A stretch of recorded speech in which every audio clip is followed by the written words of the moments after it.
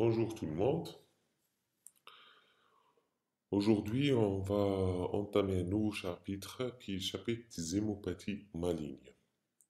Donc, on va commencer avec des généralités. On va voir comment faire la part des choses et la différence entre les différents groupes d'hémopathies malignes.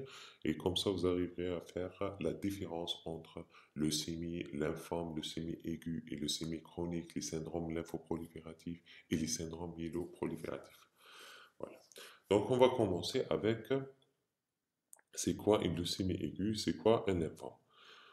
Tout, il faut toujours se rappeler de ça, tout repose dans la classification des hémopathies malignes, elle se repose essentiellement sur l'origine de la cellule tumorale. Si l'origine de la pathologie est médulaire, on parle de leucémie, c'est l'origine cellulaire, elle est médulaire, donc on parle de leucémie. C'est l'origine vient de, donc les cellules viennent des organes lymphoïdes périphériques, on parle des lymphomes, des organes lymphoïdes secondaires, donc la rate, les ganglions, les tissus lymphoïdes associés aux muqueuses.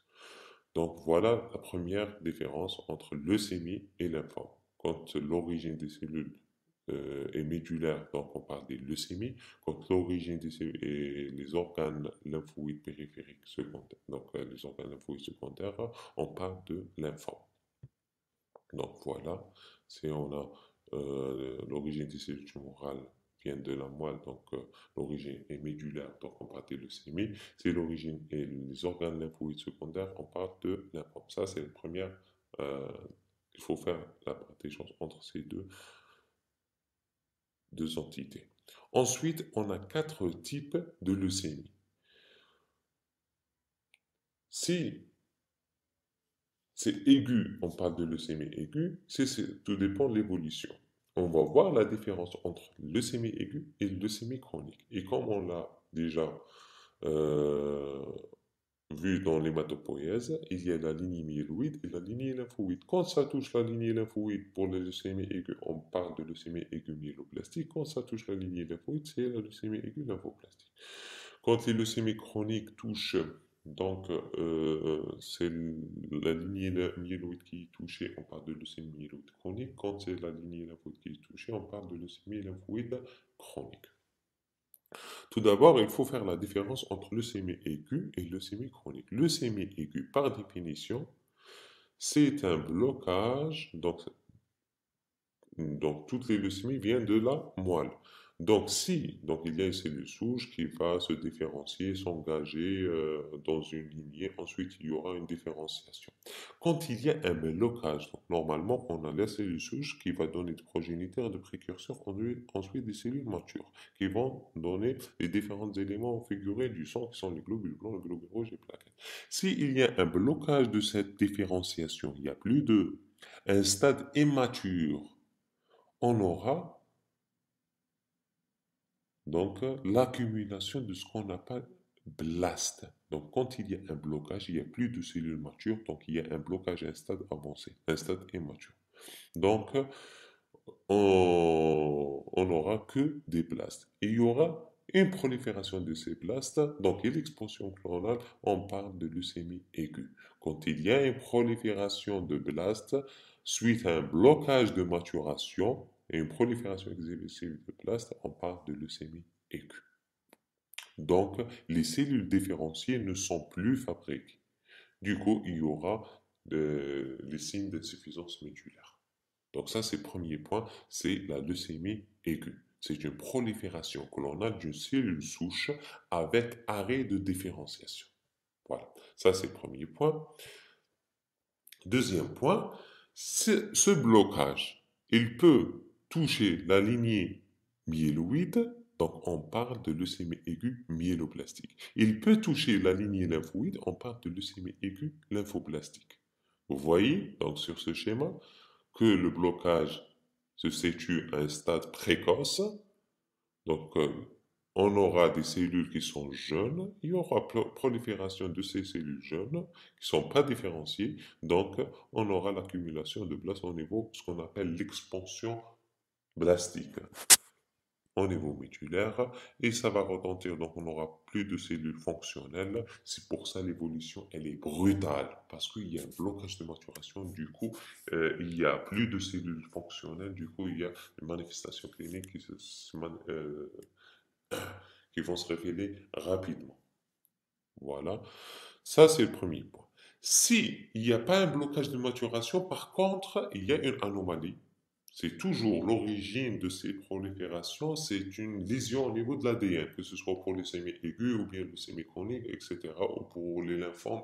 Toutes les sont la conséquence d'une anomalie au niveau de l'ADN, donc il y a une lésion au niveau de l'ADN.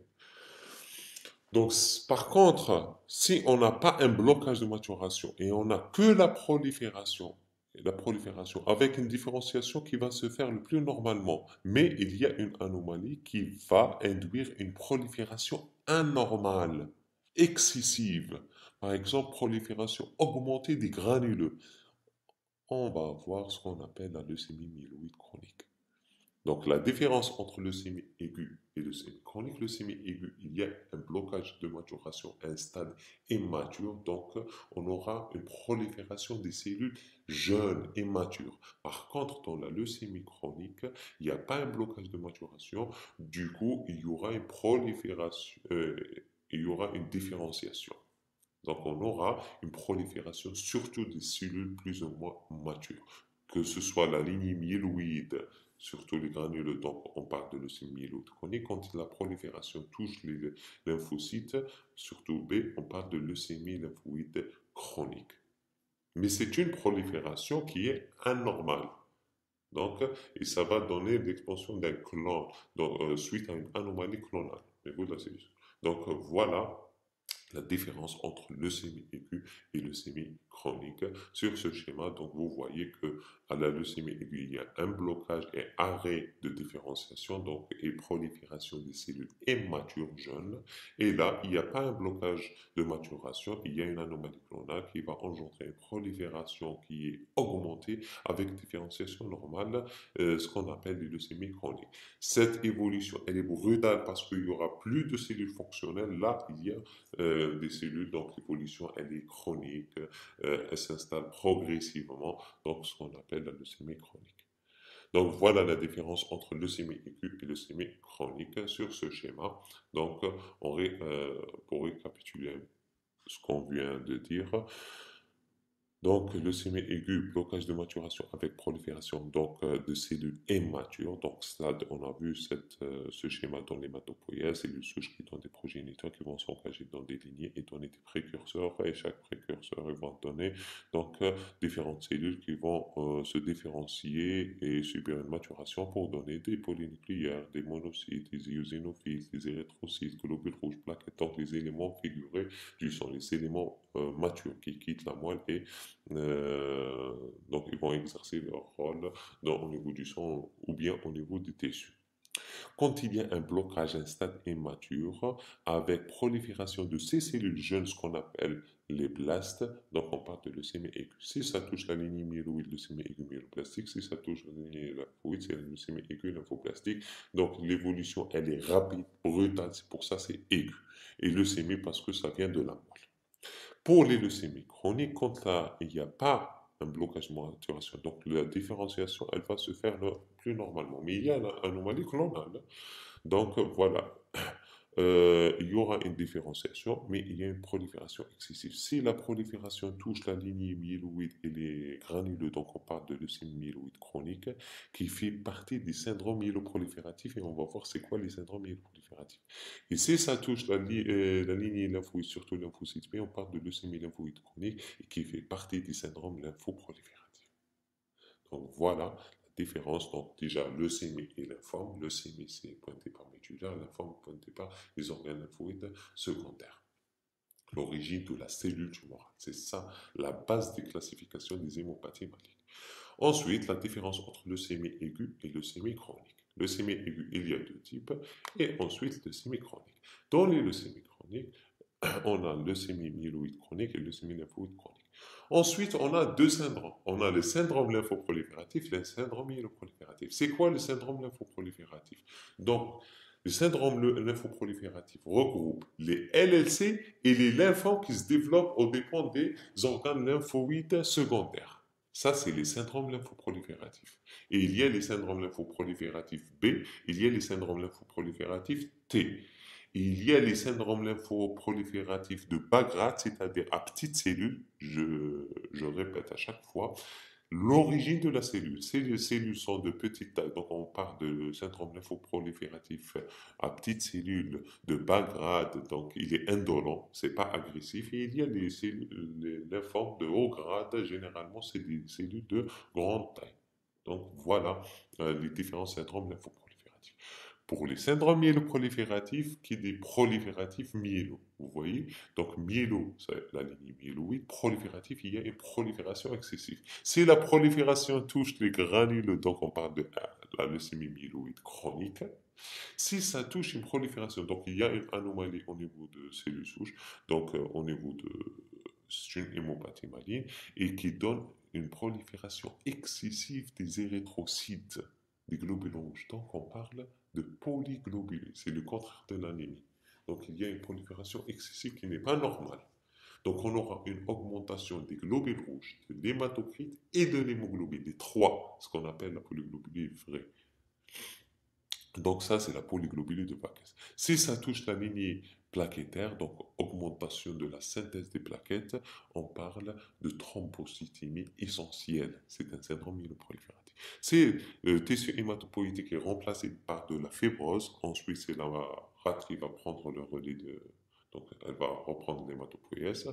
Donc on parle de myélofibrose primitive ou splenomégalie myélo. Donc c'est ça les différents syndromes myéloprolifératifs. La NMC, la polyglobulie de Vaquès, thrombocytémie essentielle, myélofibrose primitive. Il y a d'autres, on ne va pas rentrer dans les détails, c'est ça les quatre les plus importants. Donc vous voyez sur un schéma les différentes hémopathies myéloïdes. Quand un blocage se situe à un stade immature avec une prolifération de cette cellule immature, c'est-à-dire les places, on parle de leucémie. Ensuite, tout dépend du blocage. Si le blocage touche la lignée érythroïde, on parle de leucémie aiguë myéloblastique 6. On va voir ça. Ça permet de faire la classification de FAP, la classification des leucémies aiguës. On va voir ça en détail dans le cours des leucémies aiguës qui va venir après. Donc, si ça touche le mégacariocyte, ça, c'est pour avoir une idée, surtout. Mégacariocyte, donc c'est la M7. Si ça touche les monoblastes, c'est M5. Si ça touche le blocage se situe au niveau des premiers. Tout dépend où se situe le blocage. Si le blocage se situe à ce stade, premier leucyte, donc on parle de leucémie aiguë M3, premier leucytaire. Si les précurseurs granuleux, donc un stade avancé, donc M1 et M2, s'il y a une différenciation dans M2, et un stade très avancé, donc c'est la indifférenciée. Donc voilà. Mais quand il y a une prolifération, donc là c'est tout ce qui est en orange, c'est les leucémies aiguës. Tout ce qui est en vert, c'est quand il n'y a pas un blocage de maturation. Donc la différenciation, elle va se faire le plus normalement. Par exemple, polyglobulie de Vaquez, c'est un syndrome myéloprolifératif, mais la prolifération, on aura des globules rouges. Donc il y a une différenciation qui va se faire. Mais une prolifération très importante des cellules, surtout plus ou moins matures. Donc voilà, surtout la prolifération des cellules matures. Donc on aura un excès de globules rouges, il y aura une prolifération de toutes les lignées, mais sur le plan périphérique, on aura une prolifération, une augmentation des cellules matures. Donc, on aura un excès en globules rouges qui va donner un excès en hémoglobine, en hématocrite. Donc, c'est la polyglobulie de Vaquez. Et thrombocytémie essentielle quand ça touche les plaquettes. LMC surtout les granules. Donc voilà pour la classification et la différence entre tout ce qui est leucémie aiguë, donc prolifération de cellules jeunes, et mature. Il n'y a pas un blocage de maturation, il y a une différenciation, mais il y a surtout prolifération des cellules matures. Donc voilà les différents groupes. Et tout ça vient d'une suite à une anomalie ou une lésion au niveau de l'ADN. Donc voilà les hémopathies myéloïdes, les hémopathies lymphoïdes, ce qu'on appelle les syndromes lymphoprolifératifs B Donc, quand ça touche la moelle, c'est leucémie aiguë et leucémie lymphoïde chronique. Quand ça touche les organes lymphoïdes secondaires, c'est les syndromes lymphoprolifératifs. Ensuite, on va voir les syndromes lymphoprolifératifs indolents. Tout dépend de l'origine de la cellule. Voilà. Et il y a les syndromes lymphoprolifératifs B.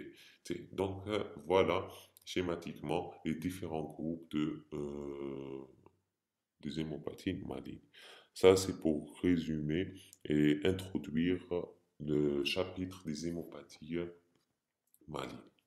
Ce qu'il faut savoir, et j'espère que c'est clair maintenant, vous arrivez à faire la différence entre leucémie aiguë et les syndromes leucémie aiguë, les syndromes agressifs ou aigus et les syndromes chroniques.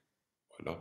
Les leucémies aiguës, il y a le myéloblastique et lymphoblastique avec un blocage de prolifération des cellules immatures après un blocage de maturation. Pour les leucémies chroniques, que ce soit la LSC ou la LMC, il n'y a pas un blocage de maturation, mais il y a une prolifération de toute la lignée avec augmentation en nombre des cellules matures. Donc, si ça touche la lignée granuleuse, donc on aura la leucémie myéloïde chronique, ça touche le lymphocyte B, c'est la leucémie lymphoïde chronique. Les syndromes lymphoprolifératifs regroupent les LLC et les lymphomes. Ensuite, on va voir le myélome.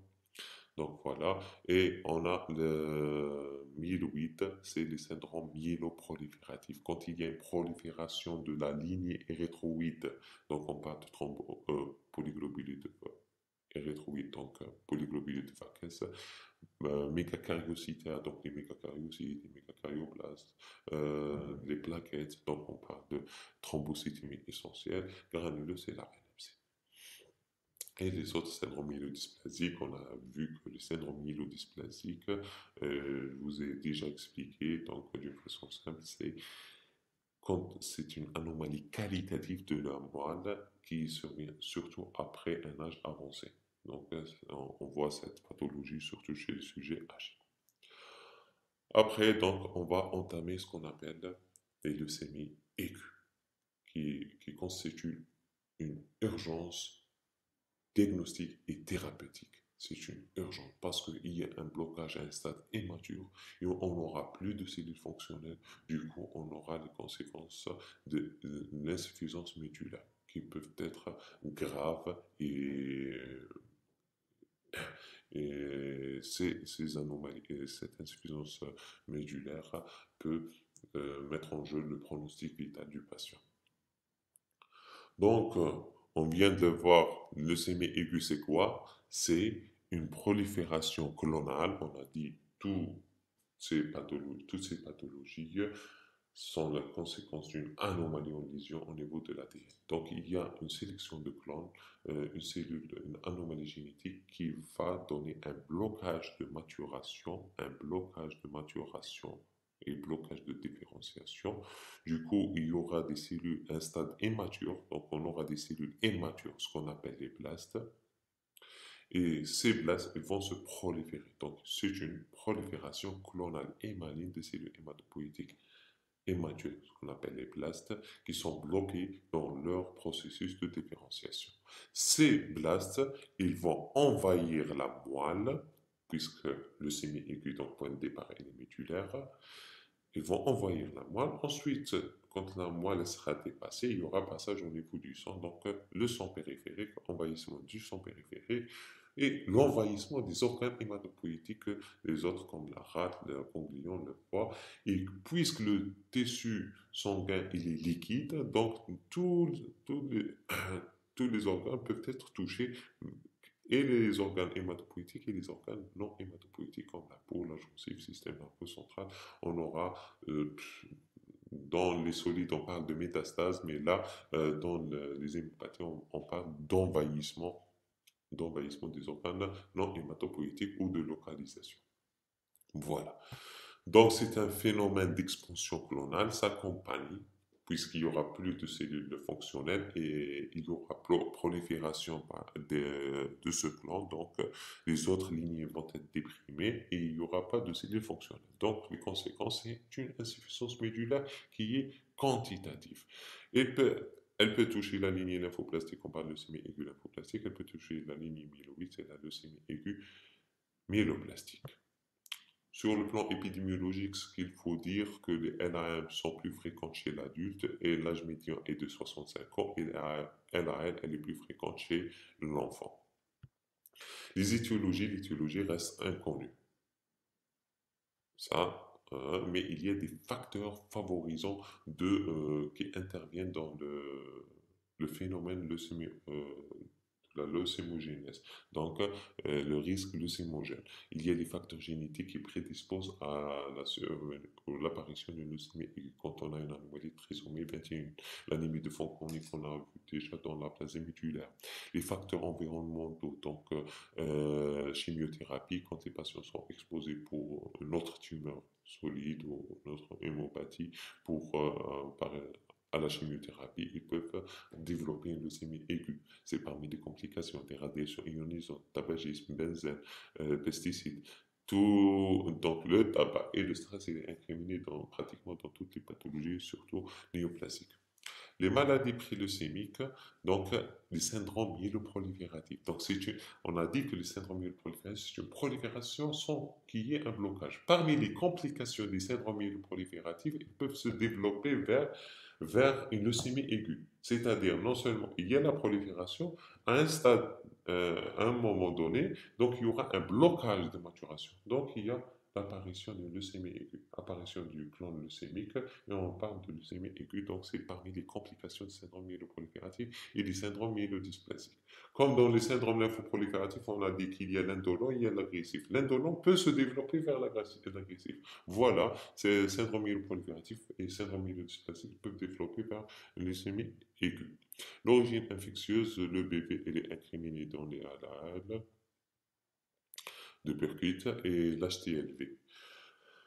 Voilà, sur le plan physiopathologique, donc on a dit que c'est une expansion clonale, donc prolifération très importante avec perte de la différenciation. Donc on aura accumulation des places. Les conséquences seront un envahissement médulaire. Du coup, on aura une insuffisance médulaire. Quelles sont les trois lignées? On a une anémie, c'est diminution des globules rouges, neutropénie parce qu'il y a dépression de la granulopoïèse, et thrombopénie parce qu'il y a dépression il y aura une thrombopénie parce que diminution de la synthèse des mégakaryocytes. Voilà. Il y a accumulation des plaques. Les plaques, ce sont des cellules qui contiennent de l'ADN, qui contiennent Il y a des électrolytes à l'intérieur des cellules. Mais quand il y a augmentation, il y aura des lyses cellulaires. Il y aura une destruction de ces cellules. Donc, il y aura une libération des constituants et de ce que contient la cellule. Donc, on aura des complications métaboliques. C'est la lise que la cellule leucémique libère. Donc, elle libère du potassium. Donc, on aura une hypercalémie. Le syndrome de Lise, il regroupe une hypercalémie, une hypocalcémie, hyperphosphorémie, une hyperuricémie. Donc, l'acide urique élevé, LDH. Et puisque l'élimination est rénale, donc on aura jusqu'à l'insuffisance rénale, c'est le rein qui est dépassé. Et on a vu donc envahissement des organes, qui est responsable du syndrome tumoral. Donc, on a envahissement du sang, donc on aura une blastose périphérique. On aura donc envahissement des organes hématopoïétiques, on a les adénopathies, splénomégalie, c'est le syndrome tumoral hématopoïétique. Si ça touche les autres organes, on aura, par exemple, si ça touche la gencive, on aura une hypertrophie de la gencive. Donc, à partir de ce schéma, on peut déduire. Vous voyez, prolifération accrue, blocage. Donc, la survenue, elle est aiguë, apparition aiguë. Elle peut se manifester par les signes d'insuffisance médulaire, donc motif de consultation, par les complications métaboliques, par le syndrome tumoral. Donc, ça, c'est les motifs de consultation, puisque c'est aigu. Ensuite, sur le plan clinique, vous voyez les signes d'insuffisance médulaire, donc le syndrome anémique, les infections, le syndrome hémorragique. On a des complications métaboliques. Si on est au stade d'insuffisance rénale, donc on aura les œdèmes du membre inférieur, etc. L'hypercalémie, des troubles du rythme cardiaque, etc. Les syndromes tumoral, on aura des adénopathies, des hypertrophies, des syndromes tumoral en général. Donc, vous voyez, à partir de ce schéma, on peut déduire la clinique, motif de consultation, la clinique, la biologie, etc. La biologie, donc, c'est la pancytopénie. Quand il y a une accumulation très importante, donc on peut avoir une leucopénie quand il y a une accumulation très importante. Puisque c'est des cellules sanguines qui sont nucléées et qui passent au niveau du sang, on parle d'hyperleucocytose. Mais c'est ni polynucléaire ni lympho, c'est des blastes. Donc voilà, on fait donc le frottis, donc on va trouver des blasts au niveau périphérique. Pour confirmer le diagnostic, on fait la moelle qu'on doit retrouver. Il y a un chiffre, c'est 20%. Quand les blasts dépassent 20% au niveau de la moelle, c'est une leucémie aiguë. Donc, pour les bilans des complications, si on a des complications métaboliques, donc on fait le bilan du LIS, de la liste tumorale. Bilan des complications, donc on recherche les signes de tolérance de l'anémie, les signes de gravité de la syndrome hémorragique, on recherche le syndrome infectieux. Voilà. S'il y a une localisation neurologique, on recherche les signes neurologiques, on recherche les signes cutanés, donc une localisation cutanée, ça c'est le bilan des complications. Si par exemple il y a hyperleucocytose, donc la moelle, elle sera dépassée, donc il y aura un passage au niveau du sang, donc on parle de hyperleucocytose, donc quand ça dépasse, euh, quand le sang sera envahi de globules blancs. Donc, les vaisseaux vont être obturés, qui vont être responsables de syndrome de leucostase, stase des vaisseaux, secondaire à l'hyperleucocytose. C'est les globules blancs qui vont donner le stase. Et ce qui dit stase, donc obstruction des vaisseaux, si ça touche les poumons, donc on aura un syndrome de détresse respiratoire, si ça touche le vaisseau du cerveau, donc de l'AVC, souffrance cérébrale, etc. Donc voilà, vous voyez, c'est très important de connaître les mécanismes physiopathologiques, comme ça vous pouvez déduire tout le reste. Donc, euh, voilà, on a vu le physiopathe et les conséquences.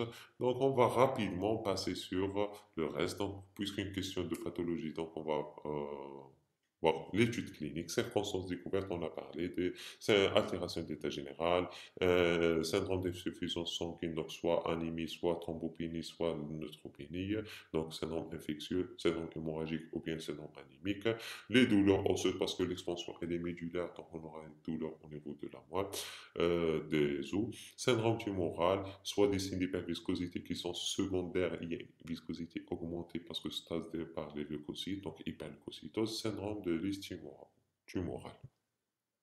Quels sont les signes d'insuffisance médulaire? Donc, pour le syndrome anémique, on a l'asthénie, le vertige céphalée. Pour les signes physiques, pâleur, dyspnée et tachycardie parce que le corps essaie de compenser. Syndrome infectieux, on aura une fièvre. La gravité des infections, ils peuvent aller jusqu'à la septicémie, le choc septique, parce que il y a une neutropénie. Il y a une dépression d'immunité cellulaire, l'immunité humorale et l'immunité non spécifique. Donc, il y a un risque de septicémie, surtout BGN, les infections opportunistes, etc. Les points les plus touchés, c'est les pneumopathies, les sphères ORL, cutanées et digestifs. Donc voilà les points les plus touchés. Et on a le syndrome hémorragique. Donc l'hémorragie, il peut toucher l'hémostase primaire, ce qu'on appelle secondaire à la thrombopénie. Donc on recherche un syndrome hémorragique primaire, donc ce qu'on appelle les purpura pétéchiales. Vous voyez, ça c'est l'atteinte secondaire à la thrombopénie, c'est purpura pétéchiale. Très bien. On peut avoir un syndrome hémorragique plus grave. Donc voilà, plus grave. Donc ce qu'on appelle, on va avoir des hématomes, des ecchymoses associés à un saignement qui ne s'arrête pas. Donc c'est pas que l'hémostase primaire qui est touchée, c'est pas que la thrombopénie.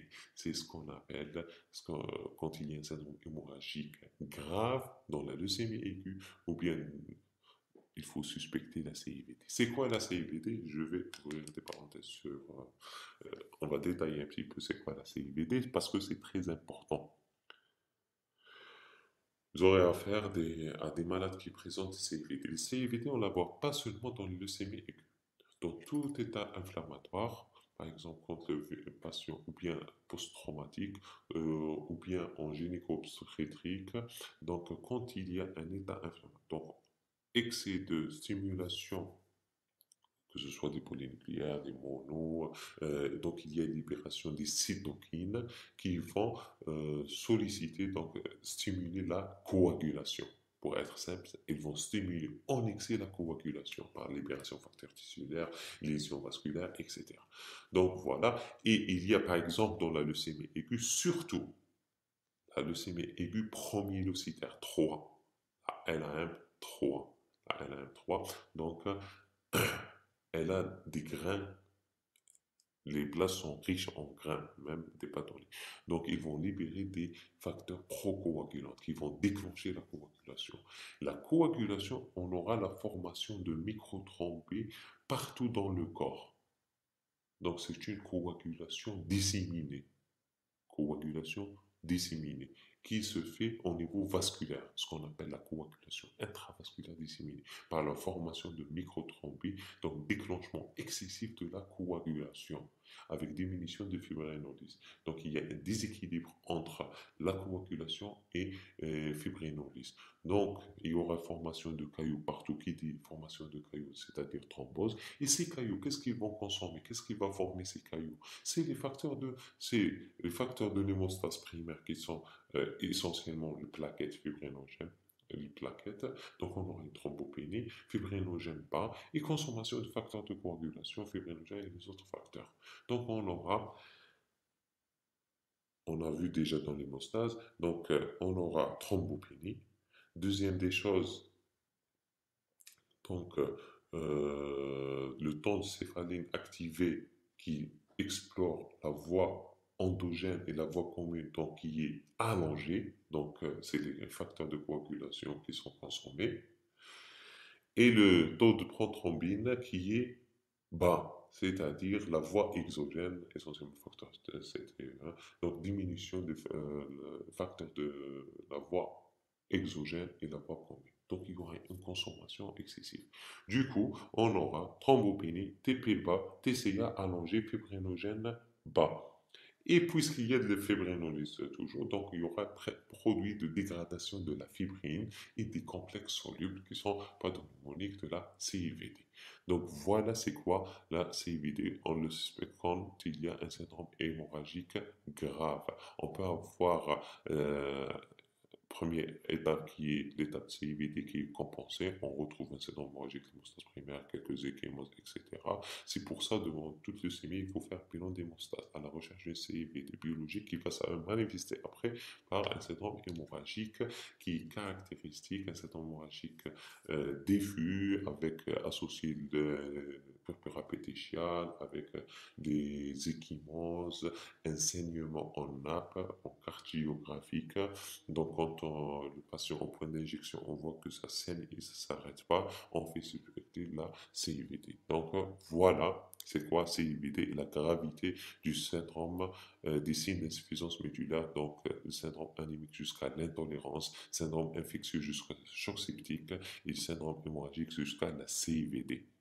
Et bien sûr, les signes de gravité, on peut avoir des hémorragies cérébrales, hémorragies, c'est pour ça on doit faire fonder la recherche d'hémorragie rétinienne, examen neurologique et la recherche de troubles neurologiques.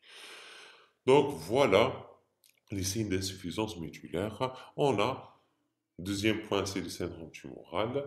Dans la clinique, il y a des éléments d'orientation pour la classification de la leucémie aiguë. Donc, par exemple, on a déjà précisé un point,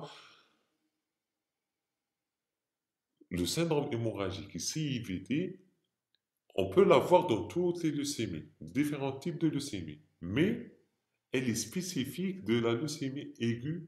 On la voit plus fréquemment dans la leucémie aiguë M3, premier leucytaire. Caractéristique de la M3, premier étape, c'est la CIVD.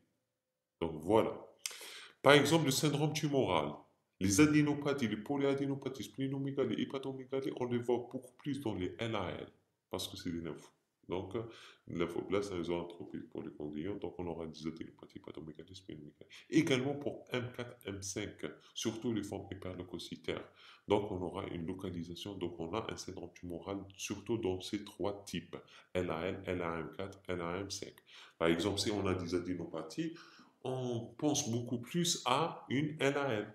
Quand il y a une hypertrophie gingivale, un syndrome tumoral très important, donc on pense à ces trois, LAL, LAM4 ou bien LAM5. Donc voilà, c'est des éléments d'orientation. Localisation cutanée, on peut avoir des nodules, des placards, ça peut toucher la gencive, une hypertrophie de la gencive.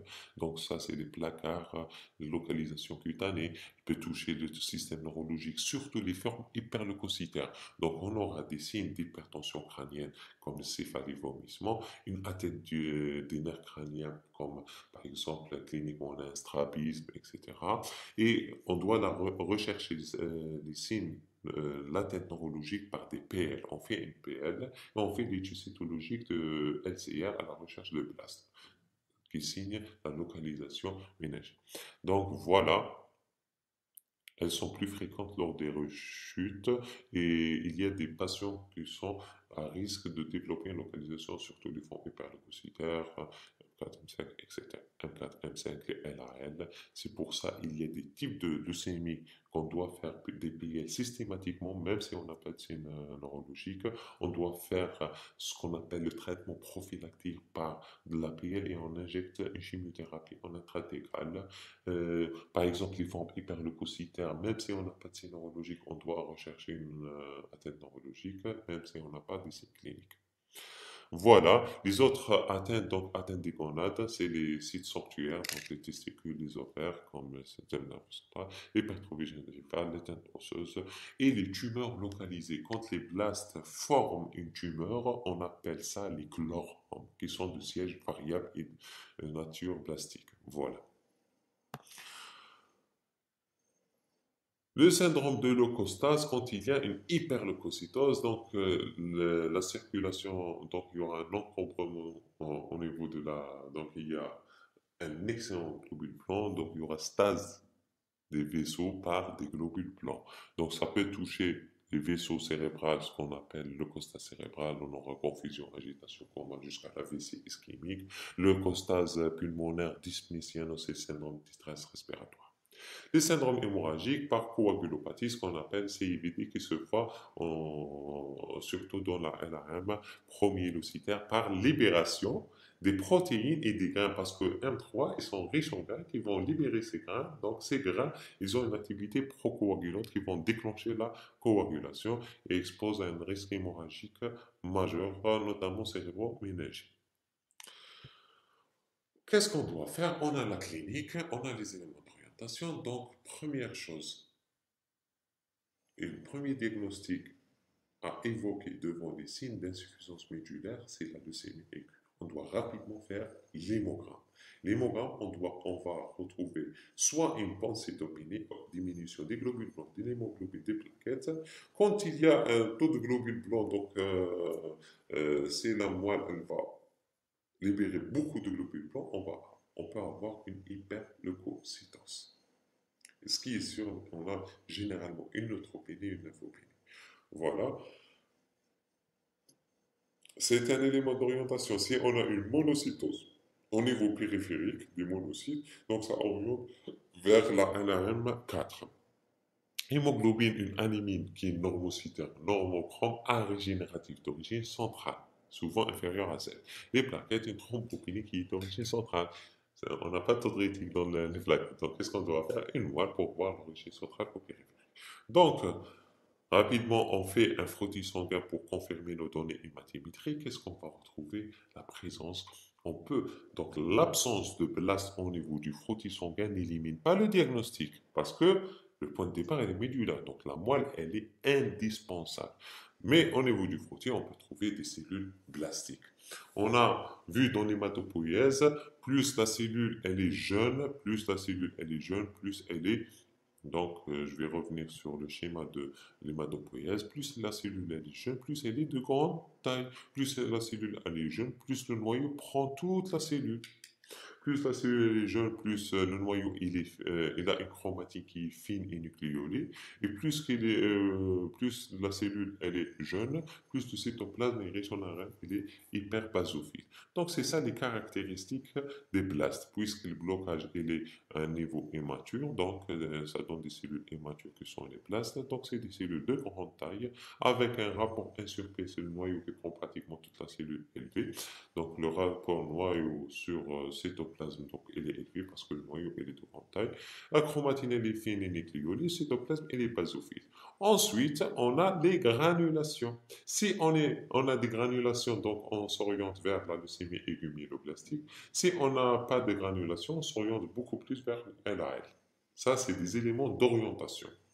Bâtonnet d'Auer, c'est un ensemble de grains qui vont s'agencer et donner un bâtonnet. Ce qu'on appelle bâtonnet d'Auer, il est spécifique de la LAM. Si on a des bâtonnets Auer, on n'a pas besoin de coloration cytochimique, on va se dire directement que c'est une leucémie aiguë myéloblastique. Donc voilà, cellule de grande taille, 1 sur P qui est élevé sur le noyau qui prend pratiquement toutes les cellules par rapport au cytoplasme.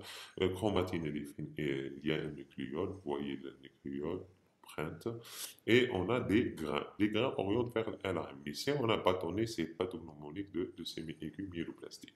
Il y a un autre signe, ça c'est l'orientation cytologique. Il y a d'autres signes. Donc, si on a les bâtonnets qui sont disposés les unes contre les autres, donc en phagos, ce qu'on appelle les bâtonnets en phagos, c'est une M3. Ça, c'est pathognomonique et spécifique de la M3. Si on a cet aspect, c'est une LAM3. Par exemple, si on a un aspect monocytoïde, le noyau il est boursouflé, irrégulier, etc. Donc on s'oriente vers une monoblastique. Si on a des monocytes et des monoblastes, donc c'est une M4. Voilà. Donc si on a par exemple on n'a pas des grains, donc on s'oriente vers une LA. Mais là, on a des grains, c'est vacuolé, peut-être une. Donc on va s'orienter vers soit une voilà, c'est des fines granulations, soit M4, M5. Donc voilà, c'est des blastes de grande taille, un sur P qui est élevé, le noyau qui prend toute la cellule, chromatine fine, et il y a le renforcement basophile et on recherche des granulations. Ensuite, si on n'a pas de grains et le cytoplasme est vacuolé, on s'oriente beaucoup plus vers les LAL, lymphoblastiques, mais c'est les colorations cytochimiques qui vont nous guider pour dire qu'il y a des grains ou non. Ça confirme les grains. Parce que parfois, on n'arrive pas à voir les granulations. Donc, qu'est-ce qu'on doit faire, les colorations cytochimiques? Mais tout ça se fait donc ça c'est l'élément d'orientation de frottis. Frottis normal n'élimine pas le diagnostic, donc on doit faire la moelle. Et au niveau de la moelle, c'est ça le diagnostic positif de la leucémie aiguë, c'est ça le critère primordial. On doit avoir une blastose médulaire supérieure à 20%. C'est ça la nouvelle classification de l'OMS. Donc, la leucémie aiguë, elle est définie par un taux de blast médulaire supérieur à 20%. Point. La moelle, elle permet également l'étude immunophénotypique et l'étude cytogénétique. On va étudier ces blastes, on doit faire la coloration cytochimique qui vont colorer ces grains. Donc, la myéloperoxydase, c'est des granulations, c'est des granulations qu'on les retrouve, c'est pas d'hormones des LRM. Si elles sont positives, c'est-à-dire les blastes, plus de 3% des blastes qui marquent cette coloration, donc c'est une LRM. S'ils sont négatifs, c'est une LRL. L'estérase, surtout dans les M4, M5, et les PAS, elle est positive, qui marque les glucides, elle est positive dans les LAM et négative dans la LAM.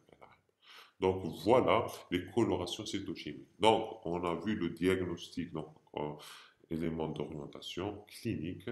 Ensuite on a l'hémogramme, on fait un frottis pour confirmer le diagnostic. On doit faire la moelle et avoir un seuil de place supérieur, le cutoff il est à 20%, supérieur à 20%. On est devant une leucémie aiguë. Ensuite on doit différencier entre Une leucémie aiguë myéloblastique et une leucémie aiguë lymphoblastique. C'est très important. Pourquoi? Parce qu'ils n'ont pas le même traitement. Elle a un protocole de chimiothérapie, elle a notre traitement. Et le pronostic n'est pas le même. Donc voilà l'intérêt de faire la différence entre LAM et euh, de classer la leucémie aiguë. Donc voilà. Et pour faire la différence, il y a des éléments d'orientation. Par exemple, on a vu la clinique quand on est devant et faire une classification. Si on est devant un syndrome tumoral, ça fait penser à LAL, M4, M5. Si on a une CIVD, ça fait penser beaucoup plus à un M3. Ensuite, on a l'orientation cytologique qui permet ce qu'on appelle la classification avec la coloration cytochimique. L'aspect des blastes cytologiques, l'aspect cytologique et les colorations cytochimiques permettent de faire ce qu'on appelle la classification de FAB. La classification de FAB, elle est basée sur la classification de FAB, elle est basée surtout sur la clinique, les données de l'hémogramme, l'aspect cytologique et les colorations cytochimiques. Sur ces éléments, on va faire la classification de FAB. La classification de FAB, vous n'êtes pas vraiment tenu à la retenir, mais ce qu'il faut savoir, pour vous, il faut faire la part des choses entre LAM et LAL. Donc, les colorations cytochimiques sont positives dans la LAM et les colorations cytochimiques sont négatives dans la LAL. Il n'y a que la M0 qu'on peut avoir et un M6, M7. Donc, on peut avoir des colorations qui sont négatives. Vous voyez? Donc, ensuite, la classification FAB, elle est basée sur la cytologie et les colorations cytochimiques. M0, dans la LAM, donc elle est classée de M0 jusqu'à M7 et dans la LAL de L1 à L3. Qu'est-ce que ça veut dire elle est basée sur quoi? Donc tout dépend du blocage. Si le blocage il se situe à un point très avancé, ce qu'on appelle la leucémie aiguë indifférenciée, il n'y a pas de différenciation. Donc même coloration cytochimique sont négatives. Donc là, euh, donc elle est indifférenciée. C'est très difficile de poser le diagnostic que sur la cytologie et la cytochimie de dire que c'est une LRM0. Donc, c'est un point, c'est ça. On va voir, il y a un autre examen qui permet de préciser les choses. Donc, si on est à un stade très avancé, c'est une M0. Si on est à un stade plus ou moins, donc on est à un stade avancé, et ça c'est très avancé là, quand le blocage il est au niveau myéloïde, c'est une leucémie aiguë indifférenciée. Si le blocage il est à un stade avancé, mais il n'y a pas une différenciation, donc il y a un blocage total, il n'y a même pas, il y a ni donc ce qu'on appelle M1, indifférencié, peu sans différenciation, c'est des myéloblastes à ce stade, mais sans différenciation. Si on a quelques PN, quelques cellules qui s'échappent au blocage, donc on aura plus de 10% de cellules matures. Donc on parle de M2 avec différenciation. Il y a les myéloblastes, il y a le blocage, il y a les blastes qui dépassent les 20%, mais il y a une différenciation. On parle de M2. Si M3, si le blocage il est au niveau des premiers leucocytes, donc c'est une M3, c'est premier leucocytaire, elle est très facile à reconnaître par les bâtonnets d'Auer en phago. Très bien. Ensuite, vous voyez M2, et ça c'est M3, c'est les bâtonnets d'Auer en phago. Je ne sais pas si vous arrivez à voir, mais on a vu déjà une image pathognomonique. Là, voilà, je la repasse. Voilà. Ensuite, on a la M4 et M5. Si le blocage est au niveau de la lignée myélomonoblastique, si le blocage est au niveau, on n'a que les monoblastes. On n'a que les monoblastes. On n'a que les monoblastes. Donc, à ce stade, donc c'est une M5. Si on a des myéloblastes, stade avancé, donc des myéloblastes, avec des Ah, je m'excuse, hein. Donc, j'ai compris. Donc, voilà, je reviens. Si on n'a que des monoblastes, c'est une M5. Donc, voilà. Si on n'a que des monoblastes, donc c'est une M5. Si on a des monoblastes avec des monocytes, c'est une M4. M4, M5. M6, c'est le blocage au niveau des érythroïdes. C'est ce qu'on appelle l'érythroïde pur. Il y a différents types, on ne va pas rentrer dans le détail, mais quand il y a un blocage des érythroïdes, on parle de LRM6. S'il y a un blocage au niveau des mégakaryocytes, c'est une M7. Donc voilà la classification de FAB. Elle est basée sur le site de blocage. On a déjà dit ça, c'est tout dépend de l'origine de la cellule.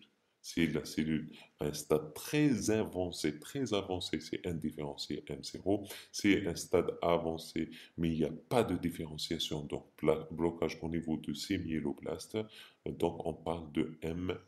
S'il y a des myéloblastes, il y a quelques cellules qui s'échappent à ce blocage, donc on parle de M2. Si le blocage est au niveau de premier locyte, donc à ce stade, donc le blocage il est là, donc on parle de M3. Si le blocage est au niveau de monoblastes, il n'y a que des monoblastes M5. S'il y a des myéloblastes avec des monocytes, on parle de M4. Si le blocage est au niveau des érythroïdes, donc on parle de M6. Mégakaryocytes, c'est M7. Donc voilà les différentes donc, l'intérêt de cette classification, par exemple, M3, elle est de très bons pronostics. M6, M7, M0, c'est de mauvais pronostics. Et on va voir pourquoi mauvais, bon pronostic, la différence. Il y a des particularités. Voilà les éléments d'orientation. Par exemple, M2, on trouve des chlorants fréquents. La M3, on trouve la CIVD. Voilà. M4, M5, on trouve la CIVD, les atteintes cutanées, le syndrome tumoral. Donc voilà les particularités de chaque les éléments d'orientation. Ça, c'est la cytogénétique. On va la voir après. Donc voilà, les colorations cytochimiques sont positives, sauf dans la M0, M6, M7, qui posent vraiment problème. Et il faut qu'il y ait donc des bons cytologistes qui permettent de faire la différence entre ces différentes entités. Et pour la LAL, si on a des petits lymphocytes, donc coloration cytochimique qui est négative, on a des petits lymphocytes, des lymphocytes de la même taille. Donc, on parle de L1, des petits lymphocytes de même taille homogène L1. Il y a des grands et des petits lymphocytes. Donc, je parle de lymphoblastes. C'est pas lymphocytes. Donc, c'est des petits lymphoblastes donc, et de homogènes, donc L1. C'est des petits et des grands, donc il y a une variabilité entre la taille de ces cellules. Donc, on parle de L2. Si on a les vacuoles, ce qu'on appelle L3 ou type de Burkitt. Donc, voilà les différents types selon la classification FAB, qui est basée surtout sur la cytologie et la coloration cytochimique. Ensuite, actuellement, il y a un examen qui, qui a un intérêt diagnostique et qui précise avec exactitude le type de la leucémie, ce qu'on appelle l'immunophénotypage, la cytométrie en flux ou bien l'étude immunologique. Donc, on l'a déjà expliqué, l'immunophénotypage, il permet de détecter des antigènes qui se retrouvent sur la surface des cellules. Chaque cellule a ses antigènes.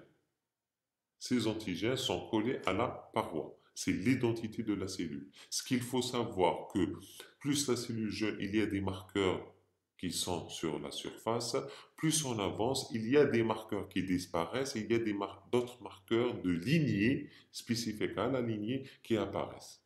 Voilà la spécificité donc on doit connaître ça pour. Donc, il y a les cellules, les marqueurs de jeunesse, donc on les retrouve que dans les cellules jeunes, les plus jeunes, c'est les cellules de jeunesse qui vont nous dire que réellement c'est des plastes. Ensuite, chaque lignée a ses marqueurs. Je vais vous donner des exemples. Par exemple, la lignée granuleuse, elle est MPO positive, qui est spécifique de la lignée granuleuse, ce qu'on a vu déjà dans la coloration cytochimique. CD13, CD33, c'est la lignée granuleuse. Si on a un CD16, CD15, c'est une lignée granuleuse qui sont matures. Voilà. Si on a la glycophorine, donc on est devant une lignée érythroïde. Si on a CD41, 61, 36, CD41, 61, c'est spécifique de la lignée mégacariocytaire. Si on a par exemple CD14, CD64 et CD11C, donc c'est la lignée monocytaire. Voilà. Par exemple, si on a l'identité des lymphocytes B, c'est le CD19, 20 et 22.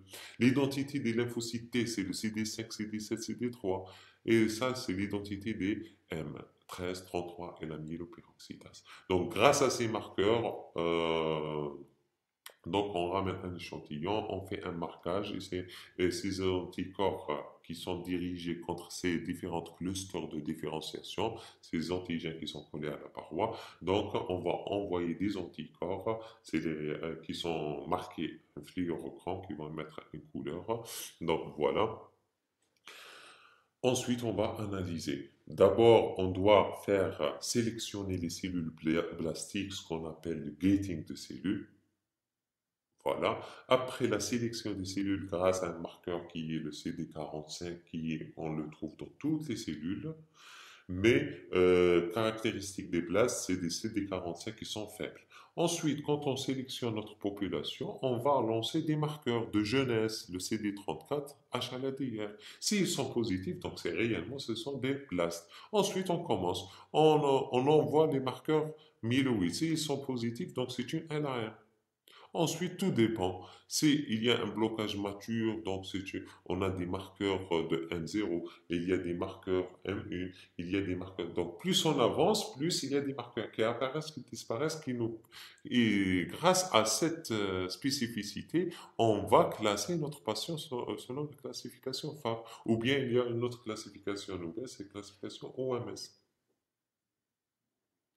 qui a été faite surtout dans la classification OMS 2016. Donc voilà.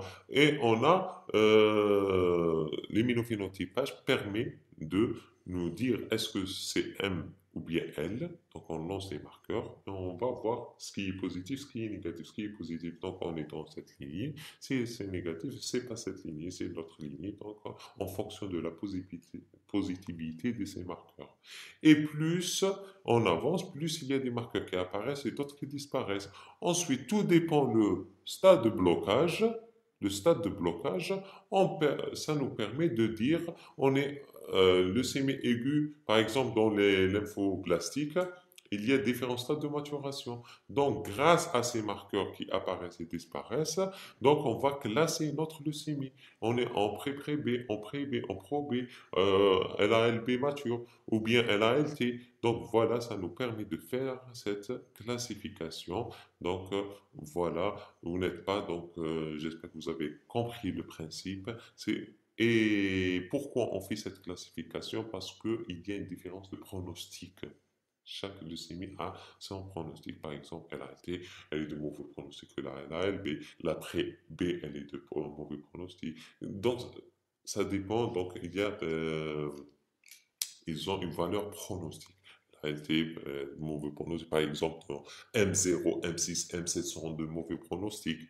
Et c'est grâce donc à la cytologie, parfois on n'arrive pas à faire la différence. Et grâce à l'immunophénotypage, on peut avec exactitude situer notre leucémie aiguë. Donc la leucémie est de la classer avec exactitude. Donc ça permet de distinguer M ou L, identifier la lignée B ou T. La cytologie à elle seule ne peut pas dire que c'est LALB ou bien LALT. Voilà. Identifier le stade de maturation et identifier parfois on a double leucémie, deux clans qui se développent. LAL, M et L, ce qu'on appelle les LAL biphénotypiques, et elle est de mauvais pronostic. Donc voilà l'intérêt de l'immunophénotypage. Donc on a vu la classification FAB qui se base sur la cytologie et les colorations cytochimiques. Ensuite, les nouvelles classifications OMS et classifications digit qui sont basées sur l'immunophénotypage. Et il y a également l'étude biologique, l'étude cytologique qui a surtout un intérêt pronostique. Elle est primordiale pour décision thérapeutique. C'est ça l'intérêt pronostique. Par exemple, les patients qui ont un mauvais pronostic, on doit les greffer dès la première RC. Donc, indication de greffe après obtention de RC, la première RC, on fait la greffe. Pour les patients qui ont un bon pronostic, donc on peut laisser la greffe à la deuxième, à la rechute ou la deuxième RC. Voilà l'intérêt, ça change dans notre décision thérapeutique. Et grâce à l'étude cytogénétique, on va classer notre patient selon le groupe favorable, intermédiaire ou défavorable.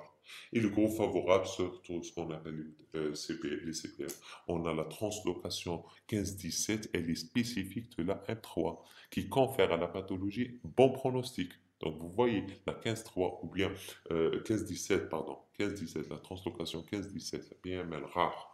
Donc, elle est spécifique de la M3, premier leucitaire, elle est de très bon pronostic. Il y a l'inversion 16, donc qui est de bon pronostic, la translocation 8-21. Donc elle est de bon pronostic. Ces trois anomalies sont de bon pronostic. Donc voilà, donc, il y a d'autres facteurs pronostiques, par exemple de mauvais pronostics. L'hyperleucocytose, c'est de mauvais pronostics. L'âge supérieur à 60 ans, c'est de mauvais pronostics. Les aspects cytologiques M0, M6, M7. Les aspects immunophénotypiques LAM, LAB phénotypiques de mauvais pronostics. Les anomalies chromosomiques, il y a des anomalies de mauvais pronostics. Réponse initiale au traitement et la résistance primaire au traitement, c'est de mauvais pronostics. Donc, voilà les facteurs de mauvais pronostic. Donc, on a posé le diagnostic, on a suspecté une leucémie devant la clinique, la biologie, on a fait un frottis sanguin, ça nous a orienté vers une leucémie aiguë. Donc, pour confirmer le diagnostic, on a fait la moelle, on a un taux de blast supérieur à 20%, donc c'est une leucémie aiguë. On a classé selon la classification FAB ou bien OMS ou EGID, donc grâce à donc, cytologie et cytochimie, ça permet la classification FAB. Et les autres immunophénotypiques et cytogénétiques, ça permet la classification surtout en masse. Donc voilà. Donc on a classé LAM et LAL. On a fait la différence entre les deux. Donc on a classé notre patient, donc la leucémie, et on a dire on est à quel stade. Donc c'est bon. On va faire le. Et bien sûr, il ne faut pas oublier, c'est pour ça la clinique, la biologie, il faut avoir le maximum d'éléments. Donc, il y a des éléments d'orientation. D'accord? Par exemple, je vais vous dire, on n'a pas, parfois on n'a pas, si on n'a pas les moyens de faire la translocation 15-17 ou bien de faire l'immunophénotypage.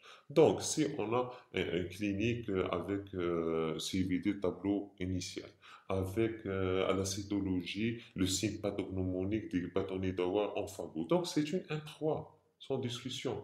Donc voilà, sans faire la 15-17, translocation 15-17, ou bien si on n'a pas les moyens, c'est bien toujours de les faire parce que maintenant la classification des leucémies, elle est basée sur la clinique, l'hémogramme, euh, la biologie, donc médulogramme, l'aspect cytologique, l'immunophénotypage et la cytogénétique. Donc il faut l'ensemble des arguments pour être sûr de notre classification. Ensuite, on a classé notre patient, donc on va faire le bilan d'extension. On recherche systématiquement un foyer infectieux par une radio, donc bilan des complications et bilan d'extension. Bilan d'extension, on recherche syndrome tumoral par une radiographie téléthorax, échographie et on recherche d'autres localisations, un examen complet. Et pour les formes, on suspecte une atteinte neurologique. On fait, donc il y a des formes.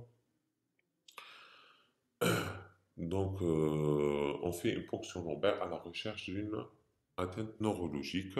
Ensuite, on a le bilan des complications. Les complications infectieuses, on doit faire rechercher le foyer infectieux. On recherche les signes d'intolérance de l'anémie. On recherche les complications hémorragiques, thrombopénie. On fait le fond de la recherche d'hémorragie rétinienne. Ensuite, on a bilan d'hémostase à la recherche de CVD. On a défini la CVD par toute plaquette bas, TP bas, TCA allongé, fibrinogène bas et surtout produits de dégradation, présence de produits de dégradation de la fibrine, le PDF et les complexes solubles positifs. Donc voilà pour la CIVD. Et ensuite on a bilan des produit de dégradation fibrinogen. Donc voilà. Ensuite, on a le syndrome de Lise. On doit faire un bilan biochimique à la recherche du syndrome de Lise. Quand on fait le bilan des complications, on entame le chapitre du traitement. Avant de traiter, on doit faire le bilan préthérapeutique. Donc, on fait un groupage, on fait sérologie, RAI, parce qu'on va transfuser notre patient, c'est le bilan transfusionnel.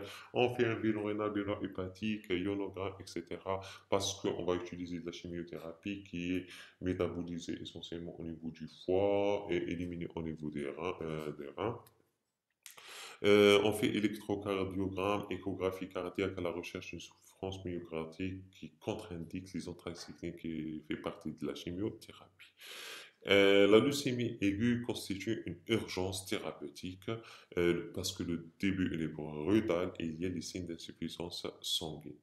Donc, on doit faire rapidement l'hémogramme avec protéiposite diagnostic rapidement et surtout traitement symptomatique, ensuite orienté vers une structure spécialisée. Vous devez connaître le traitement symptomatique.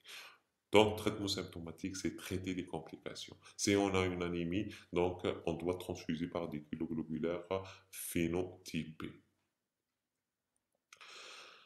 Le seuil transfusionnel, c'est 7. Si on est à 7, il faut transfuser. On doit avoir un but entre 8 et 9 grammes par décilitre. Si il est cardiopathe, on doit aller jusqu'à 9 à 10. Donc l'objectif doit être augmenté. Il faut donner des globulaires phénotypés afin d'éviter les risques d'immunisation parce que le patient doit être polytransfusé. Le syndrome hémorragique, donc le seuil transfusionnel, il est entre 20 000 et 30 000. Si on a un syndrome hémorragique, il faut transfuser. Si on est en dessous de 20 000 ou 30 000, donc on doit transfuser. S'il y a des signes de gravité, il faut transfuser.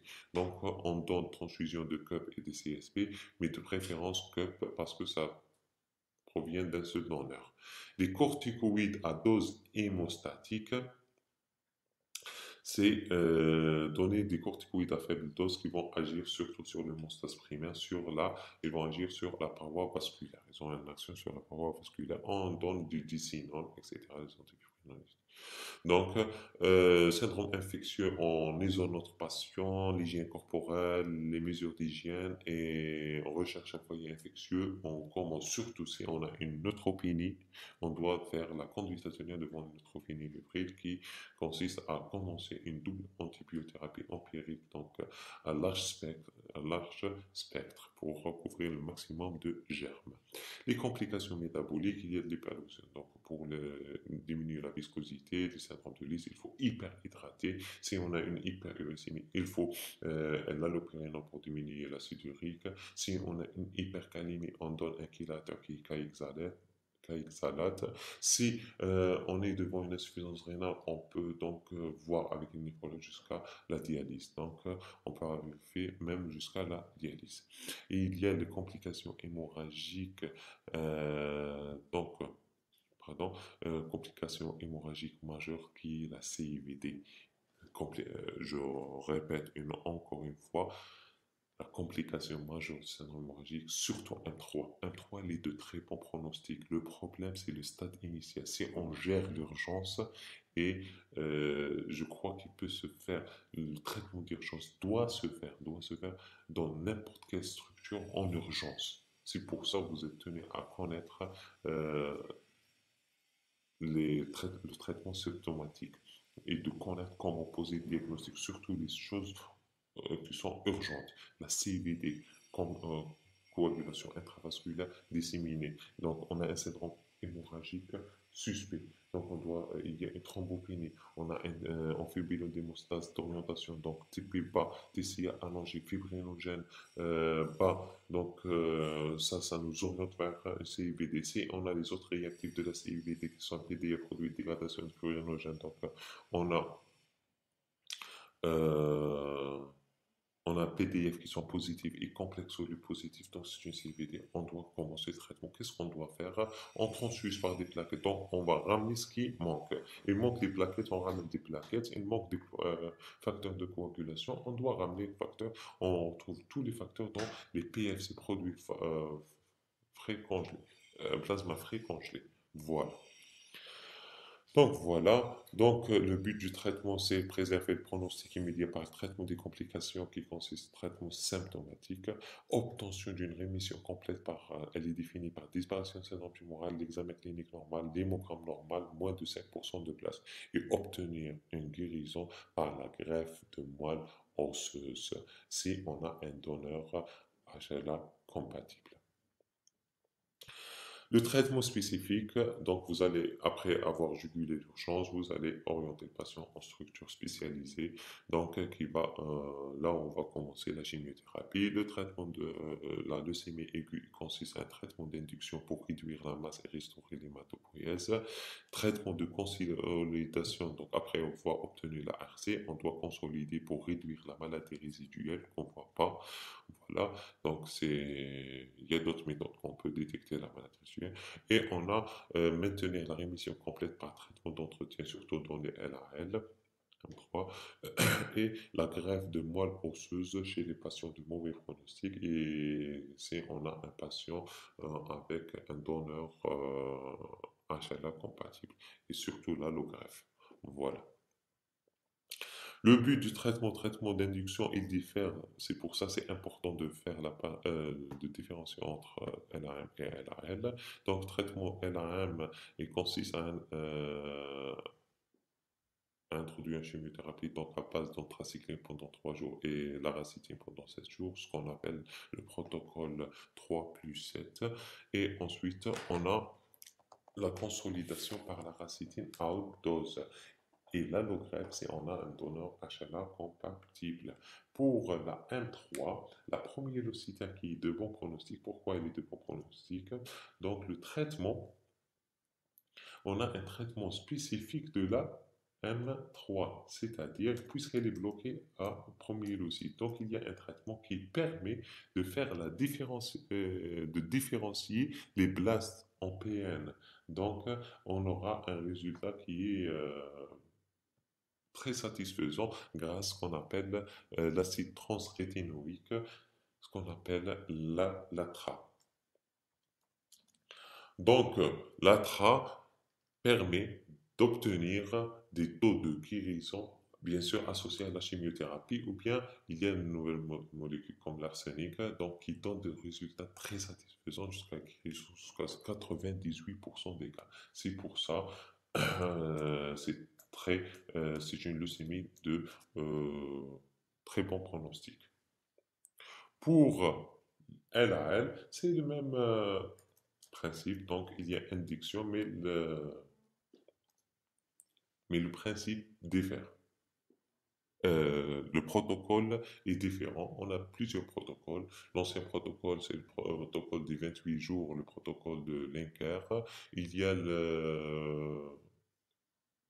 il y a le protocole GRAL plus intensif, il y a le protocole FRAL, il y a plusieurs protocoles. Donc, ce qu'il faut savoir d'un traitement, il y a l'induction, il y a la consolidation, il y a l'entretien. Et il ne faut pas oublier la prophylaxie ménagée par injection intrathécale de la chimiothérapie.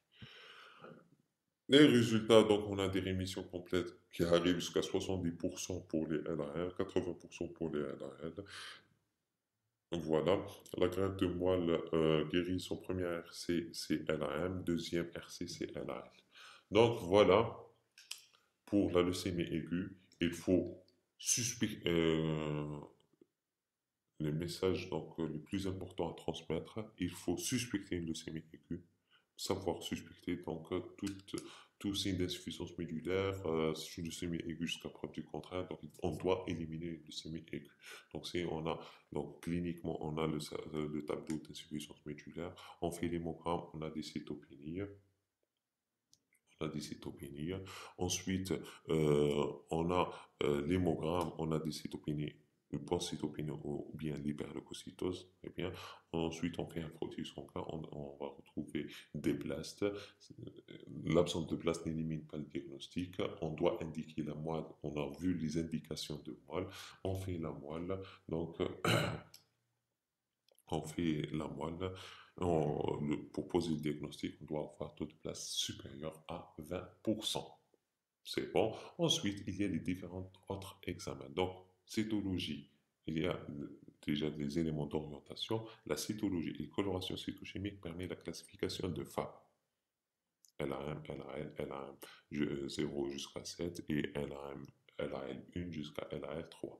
Voilà. Et grâce à l'immunophénotypage et l'étude cytogénétique, ça permet de faire la classification OMS et avec précision de la classification. Et on a l'intérêt cytogénétique. Il y a des facteurs pronostiques. Il y a des facteurs de bon pronostic, il y a des facteurs de mauvais pronostic, que ce soit clinique, biologique, cytogénétique, immunophénotypique.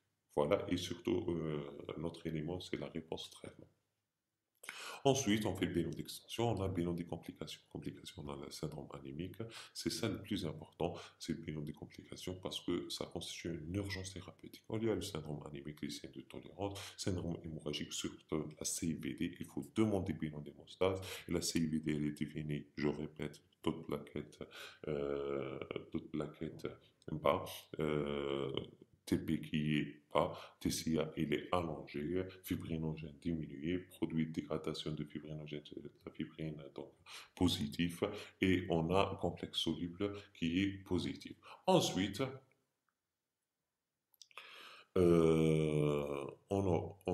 donc, on élimine la CBD, et si on a CBD, donc, on va traiter selon les complications. Les complications infectieuses, on doit rechercher le foyer infectieux, les complications métaboliques, les liées à leucostase, recherche neurologique. Quand on finit avec bien complications, on fait bien pré-thérapeutique et on commence le traitement en urgence, surtout le traitement d'urgence. Donc l'anémie en transfuse, thrombopénie en transfuse, CIVD on rajoute en transfuse également PFC, CSP. Si on a un syndrome infectieux, on isole le patient. Si on a une neutropénie fibrée, donc double antibiothérapie à large spectre. Si on a, on commence là le périnom pour diminuer l'hyperhydratation. Si on a une hypercalémie, on jugule l'hypercalémie, les troubles ioniques. Si on a une insuffisance rénale, on va voir si l'hyperhydratation, ça va, elle va réguler l'insuffisance rénale. Donc peut-être il n'y a qu'une insuffisance rénale fonctionnelle. Si on est à une insuffisance rénale qui dialyse, on doit dialyser le patient.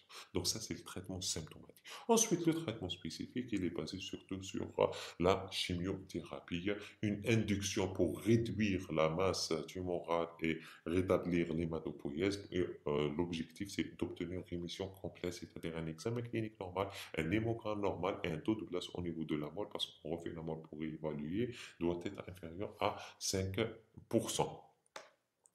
Une fois donc on est en RC, on doit faire un traitement de consolidation pour détruire la maladie résiduelle. Ensuite, pour maintenir cette réponse, on doit avoir un traitement d'entretien, surtout dans les LRL. Et surtout chez les formes de mauvais pronostic, la greffe de moelle osseuse si on a un donneur compatible. Et chez les patients plus ou moins jeunes, c'est pas, on va pas greffer un patient de 75 ans. Voilà. Et si on a bien sûr un donneur compatible, surtout c'est l'allogreffe. Donc voilà, et on a les taux de réponse. Et le traitement spécifique de la LM3, c'est la traque qui permet des guérisons jusqu'à 98%, des RC jusqu'à 98% des cas. Donc voilà. Et ensuite, la surveillance du patient. J'espère que ça a été clair et que vous arrivez à faire la différence entre les différents groupes des hémopathies malignes. On a commencé avec les leucémies aiguës. On va voir dans les prochaines séances leucémie lymphoïde chronique et leucémie myéloïde chronique. Ben, merci pour votre attention et à la prochaine séance. Allah, ça